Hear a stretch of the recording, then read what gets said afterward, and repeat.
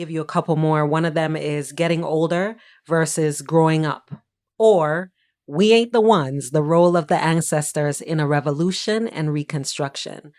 I am so fucking excited about this one right here. Yeah. Because when we talk about that intergenerational connection and dialogue and our own culture as Black people, as Caribbean people, of a reverence for our elders and their perspectives, Right. that is something that is harmful without the seasoning of the reality that getting older doesn't necessarily mean that you have knowledge that I can use now. Exactly. Right. And like Yeah. looking back at ancestors, looking back at self and trusting forward, which means trusting young people. Mm-hmm. And what does trust look like? Trust don't mean, can I control you? Right. Trust means, can I control myself while you make me uncomfortable as I grow? Exactly.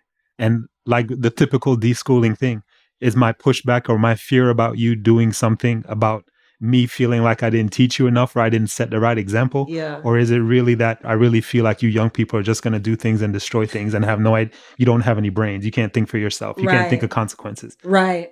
What's really driving this need here for me to be heard? Yeah. Yeah. Exactly. Or feeling like I'm not control. heard. Yes.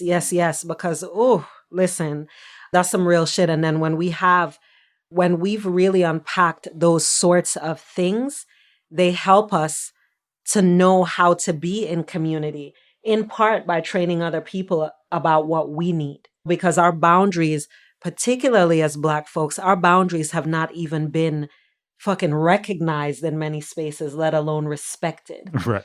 Our bodies, let alone our boundaries. Yeah. Right? Being regarded. I think about just, of course, Breonna Taylor and how long it's been since ain't shit been done about what's happening, what happened to her and the effects of that.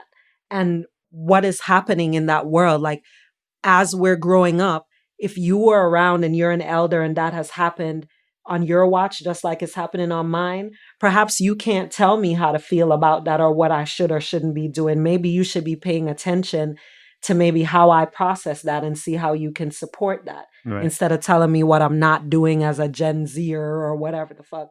Yeah, there's a lot of polarization going back to front in every which way. But a part of that thing is like, from what I can tell, it's always been the issue with, particularly in leadership roles, with the elder and the younger person.